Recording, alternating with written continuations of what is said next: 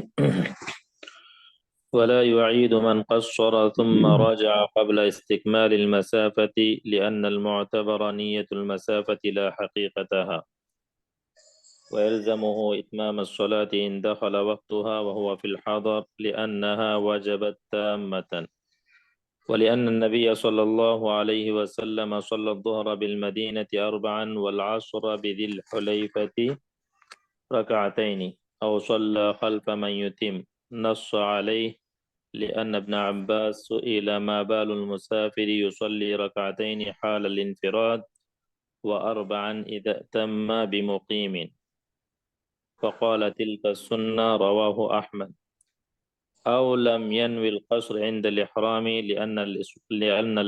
لأن الأصل الإتمام، فإطلاق النية ينصرف إليه. قاله في الكافي.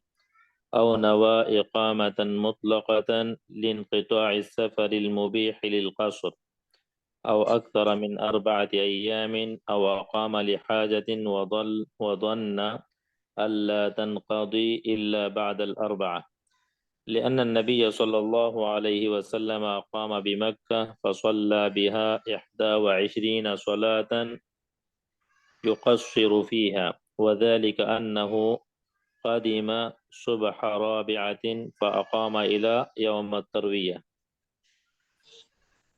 فصلى الصبح ثم خرج، فمن أقام مثل إقامته قصر، ومن زاد أتم. ذكره الإمام أحمد. قال أنس أقمنا بمكة 10 نقصر الصلاة، ومعناه ما ذكرنا، لأن حسب خروجه إلى منى وعرفة وما بعده من العشر، أو أخر الصلاة بلا عذر حتى ضاق وقتها عنها، لأنه صار عاصيا بتأخيرها عمدا بلا عذر. وقيل يقصر لعدم تحريم السبب وفاقا للأئمة الثلاثة، قاله في الفروع. ويقصر إن أقام لحاجة بلا نية الإقامة فوق 4 أيام ولا يدري متى تنقضي، أو حبس ظلما، أو بمطر ولو أقام، أو حبس ظلما إن شاء الله، أو حبس ظلما أو بمطر ولو أقام سنين. قال ابن المنذر: أجمعوا على أن المسافر يقصر ما لم يجمع إقامة. انتهى. وأقام صلى الله عليه وسلم بالتبوك 20 يوما يقصر الصلاة. رواه أحمد. ولما فتح مكة أقام بها 19 يوما يصلي ركعتين. رواه البخاري. وقال أنس: أقام أصحاب النبي صلى الله عليه وسلم برام هرمز 9 أشهر يقصرون الصلاة. رواه البيهقي بإسناد حسن.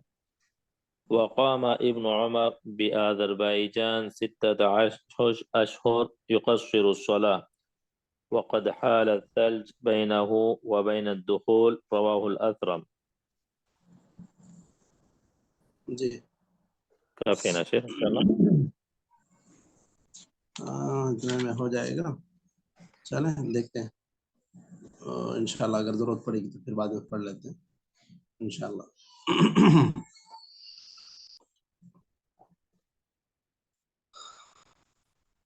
بسم الله الرحمن الرحيم. الحمد لله رب العالمين، وصلى الله وسلم وبارك على نبينا محمد وعلى آله وصحبه أجمعين، أما بعد. ہم لوگ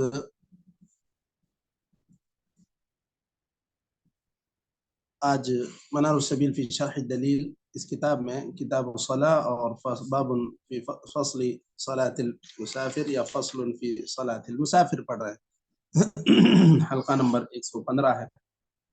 کل جہاں ہم لوگ رکے تھے وہ مسئلہ تھا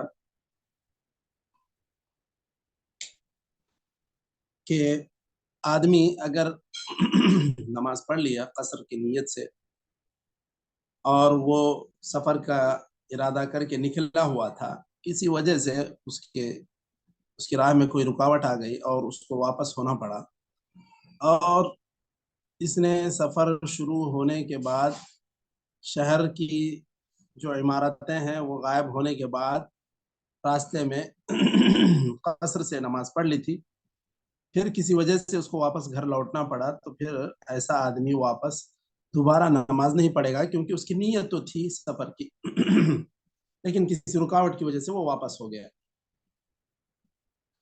اس کے برعکس اگر نماز کا وقت ہوتا ہے اور آپ گھر ہی میں ہیں، ابھی نکلے نہیں ہیں، تیاری کر رہے ہیں، تو ایسی صورت میں آپ کو سفر شروع نہ ہونے کی وجہ سے مکمل پڑھنا پڑے گا. یہ دونوں باتیں ہم لوگوں نے پڑھی تھی.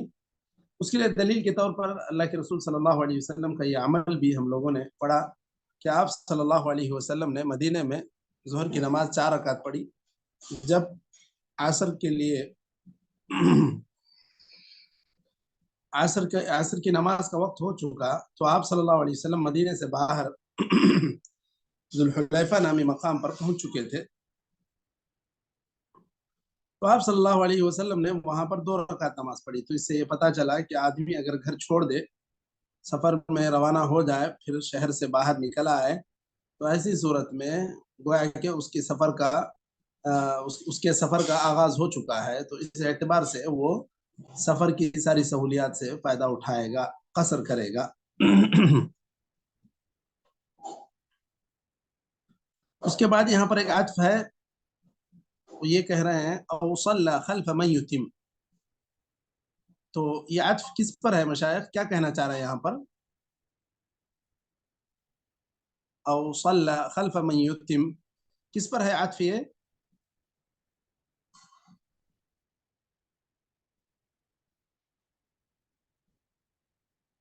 بات سمجھ میں آ رہی ہے ولا مشائخ؟ يعيد من قصر ہے اسی پہ شیخ. بولیے کیا بول رہے ہیں؟ ولا يعيد من قصر جو شروع کیا وہ اسی پر یہ عطف ہے کیا؟ نہیں جی. اور کوئی کچھ یا غور کریں، دیکھیں. قریب آپ پہنچ گئے ہیں، بس تھوڑا سا.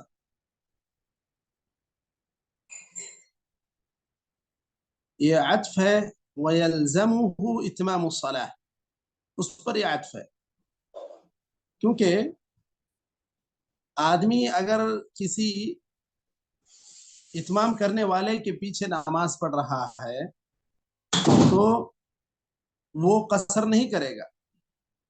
مثلا آپ سفر کے لیے روانہ ہو چکے ہیں، کسی شہر میں رکے ہیں، آپ وہاں سے سواری بدلنے والے ہیں، کوئی اور مسئلہ ہے.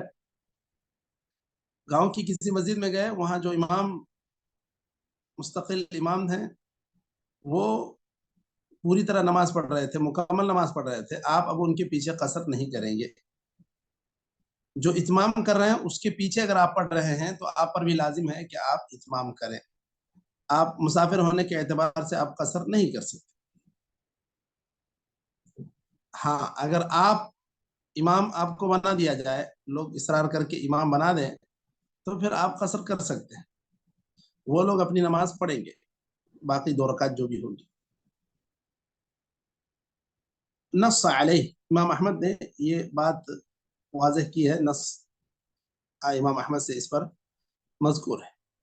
لأن ابن عباس سئل، حضرت ابن عباس رضی اللہ عنہ سے یہ بات دریافت کی گئی، تو آپ سے جب پوچھا گیا کہ مسافر 2 رکعت نماز پڑھتا ہے جب اکیلا پڑھتا ہے، اور جب کسی کی اقتداء میں پڑھتا ہے، مقیم کی اقتداء میں پڑھتا ہے تو 4 پڑھتا ہے، یہ کیا مسئلہ ہے، کیوں ہے؟ تو حضرت ابن عباس نے کہا یہی سنت ہے، یہی سنت کا طریقہ ہے۔ تو آدمی کسی اتمام کرنے والے کی اقتدا کرے تو وہاں پر اس پر لازم ہے کہ وہ مکمل نماز پڑھے، قصر نہیں کرے گا۔ یہی سنت ہے، یہی صحیح طریقہ ہے جو حضرت ابن عباس رضی اللہ عنہما نے بیان فرمایا۔ واضح ہے نا مشائخ؟ عطف واضح ہوا؟ جی جی شیخ۔ جی چلیے، او لم ينوي القصر عند الاحرام،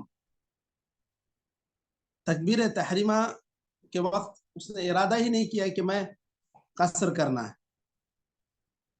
تو جب نماز شروع کر رہا ہے اسی وقت اس کے دل میں نیت ہونی چاہیے کہ وہ کیا پڑھ رہا ہے، اتمام کر رہا ہے، قصر کر رہا ہے۔ اگر نہیں کچھ بھی ارادہ کیے بغیر صرف ظہر کی نماز کا ارادہ کر کے آگے کھڑا ہو گیا تو ایسے آدمی کو پورے 4 رکعت پڑھنے پڑیں گے۔ کیوں؟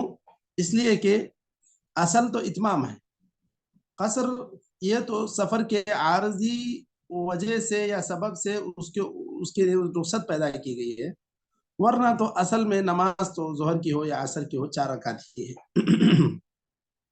تو ایسی صورت میں جب نیت مطلق رہے گی تو اصل جو ہے اس کی طرف ہی اس کو سمجھا جائے گا یا اس کا اعتبار کیا جائے گا۔ او نوى اقامة مطلقة لانقطاع السفر المبيح للقصر، اب آ گئے مثلا کوئی آدمی آیا کسی ملک میں، کام ڈھونڈیں گے، کام ملے گا تو رہ جائیں گے اسی ارادے سے، تو اس کا ارادہ پہلے دن سے یہ ہے کہ اقامہ مطلقہ، بالکل یہاں پر پوری طرح سیٹ ہونا ہے کسی بھی کنٹری میں جانے کے بعد۔ ایسی صورت میں اب تو اس کا سفر ختم ہو گیا، اب اسے قصر نہیں کرنا ہے، اس کو اتمام کرنا ہے۔ پھر اگر بات نہیں بنی، وہ واپس چلا گیا تو پھر وہ اور بات ہے، ورنہ اس کا ارادہ تو یہ تھا کہ مطلق یہاں رکنا ہے، مجھے رہنا ہے، سیٹل ہونا ہے، تو ایسا آدمی بھی اتمام کرے گا، ایسا آدمی آ کے قصر نہیں کرے گا۔ او اکثر من 4 ایام او اقام لحاجة وظن الا تقضي الا بعد الاربعة، یہاں کہہ رہے ہیں جمہور کے پاس یہ قاعدہ ہے، اگر آپ کو پہلے دن سے یہ پتا ہے کہ میرا کام کم از کم 4 دن تقاضا کرتا ہے، 4 دن مجھے رکنا پڑے گا اس کام کے لیے، تو اس کو اتمام کرنا چاہیے۔ 4 دن بھی رکنا پڑ سکتا ہے، 4 سے زیادہ دن بھی، تو اس کو اتمام کرنا چاہیے۔ اب مثلا جو ہے جتنے حجاج باہر سے جاتے ہیں سفر پہ، آپ دیکھتے ہیں کہ وہ لوگ اتمام کرتے ہیں، اس لیے کہ انہیں پتا ہے کہ اب یہ جب تک ہماری ذی الحجہ کی تاریخیں مکمل نہیں ہوں گی، مناسک کے حج ہمارے ادا نہیں ہوں گے، ہم تو نکلیں گے نہیں یہاں سے، تو وہ اتمام ہی کرتے ہیں۔ کوئی 2 مہینے کے لیے آتا ہے، کوئی 40 دن کے لیے آتا ہے۔ یہاں جمہور کہہ رہے ہیں کہ 4 دن سے کم کے لیے اگر آپ کہیں جائیں اور جیسے ہی 4 دن مکمل ہوں گے آپ کو واپس ہونا ہے، تو پھر ایسی صورت میں کہہ رہے ہیں کہ قصر کر سکتے ہیں۔ یا آپ کسی کام سے رکے، آفس کے کام سے مثلا، آپ کو لگتا ہے کہ ہو جائے گا، لیکن اس کے لیے کم از کم 1 ہفتہ عموماً لگ جاتا ہے، تو اس اعتبار سے آپ 4 دن سے زیادہ رک رہے ہیں تو آپ کو چاہیے کہ آپ اتمام کریں، یہی بات اس میں کہہ رہے ہیں۔ اس کی دلیل کیا دے رہے ہیں کہ آپ صلی اللہ علیہ وسلم مکے میں ٹھہرے تو آپ نے 21 نمازیں قصر کے ساتھ پڑھی، تو 21 نمازوں کے لیے کتنے دن مطلوب ہے مشائخ؟ 21 نمازوں کے لیے کتنے دن مطلوب ہے؟